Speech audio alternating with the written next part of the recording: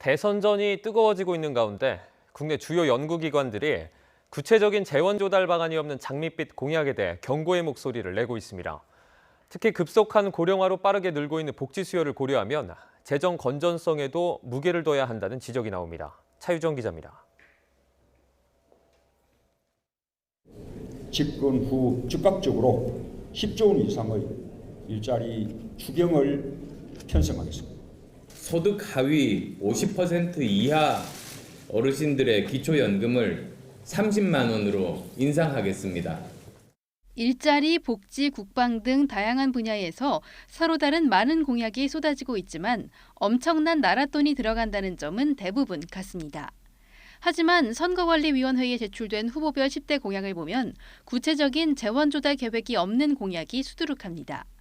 기존 예산을 조정하고 불필요한 재정 수요를 줄인다는 허리띠 졸라매기식 재원 조달 방안도 적지 않습니다. 공약을 실행할 돈을 마련하는 방법 가운데 하나가 증세지만 경제에 미칠 파장과 여론 등을 고려해야 해서 쉽지가 않습니다. 국민적 합의에 의해서 증세를 논의할 수밖에 없습니다. 증세 없는 복지, 그건 허구입니다. 증세해가지고 인기 있는 정부는 한 번도 없었습니다. 정부가 빚을 내는 방법도 있습니다.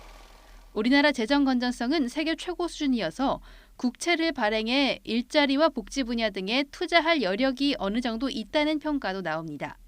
문제는 일본보다 빠른 급속한 고령화로 건강보험, 노령연금 등 복지 수요가 크게 늘고 있다는 점입니다.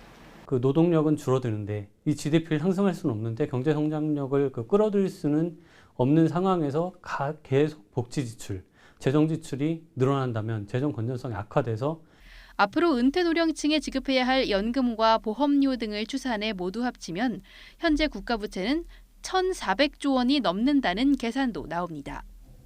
나라 빚은 결국 후손들이 감당해야 할 부담입니다. 일자리 창출이나 복지 강화 같은 국민적인 요구를 실현하면서도 재정 건전성을 지켜나가는 것이 차기 정부의 최대 과제 중 하나입니다. YTN 차유정입니다.